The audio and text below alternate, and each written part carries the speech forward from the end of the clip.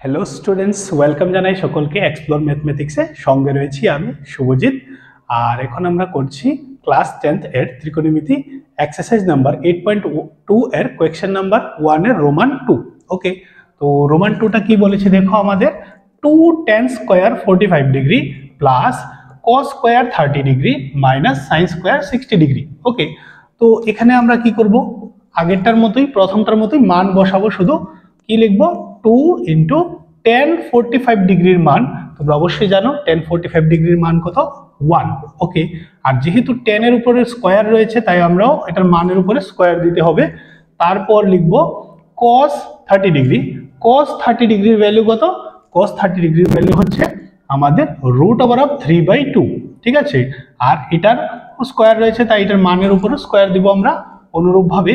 তারপর sin 60 ডিগ্রির value রয়েছে √3/2 এর হোল স্কয়ার। ওকে, ঠিক আছে। তারপর দেখো আমরা কি করব, তারপর সরল করে নিব, 2 লিখলাম, আর 1 এর স্কয়ার করলে কি আসবে? অবশ্যই 1ই আসবে।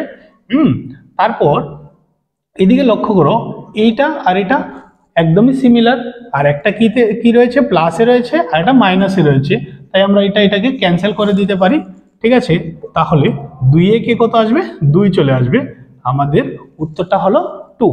ওকে, তারপর দেখবো আমরা নেক্সট রোমানটা। ওকে,